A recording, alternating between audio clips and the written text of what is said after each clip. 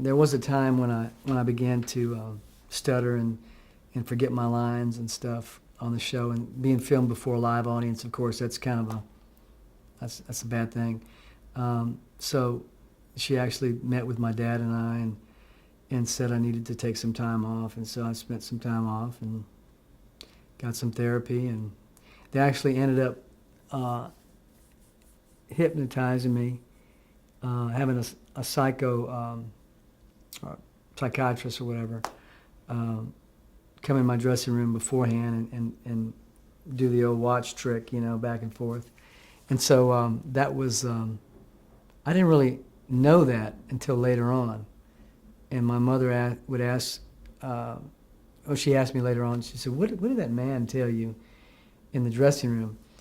And I said, what man? She goes, the man that they said, don't ever ask Keith what happens in this dressing room. So even my parents were like clueless, which is really weird.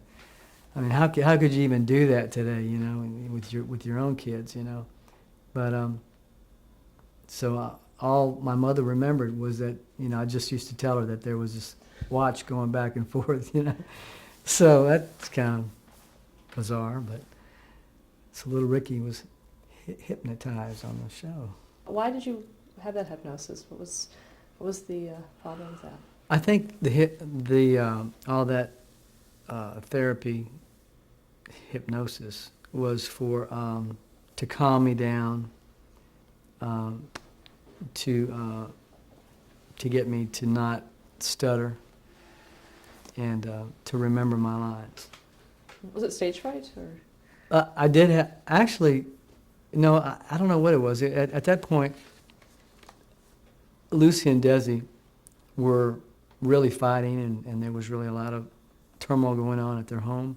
So I was at their home a lot, and so I saw a lot of that. And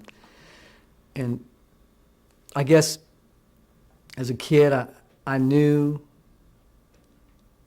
of knew what adults kind of felt the vibe from adults in a stronger way than other kids might.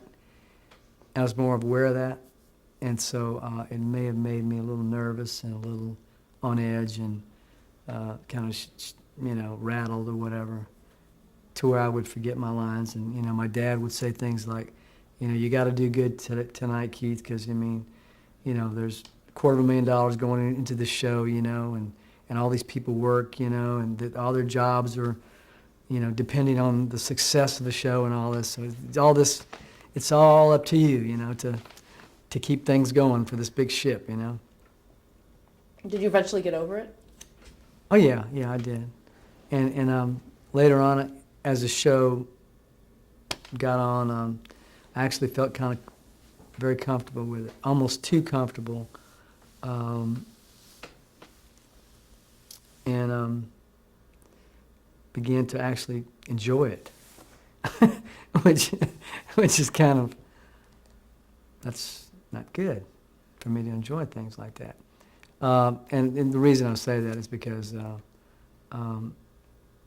I really wasn't an actor, and I'm just glad I didn't continue into that whole thing, because I could have ended up like some of the tragic child star problems that kids have, in growing up in Hollywood, and continually trying to get jobs later on as their part outgrows itself and they begin to get typecast as so-and-so, and they're that kind of thing. I'm just glad it didn't continue.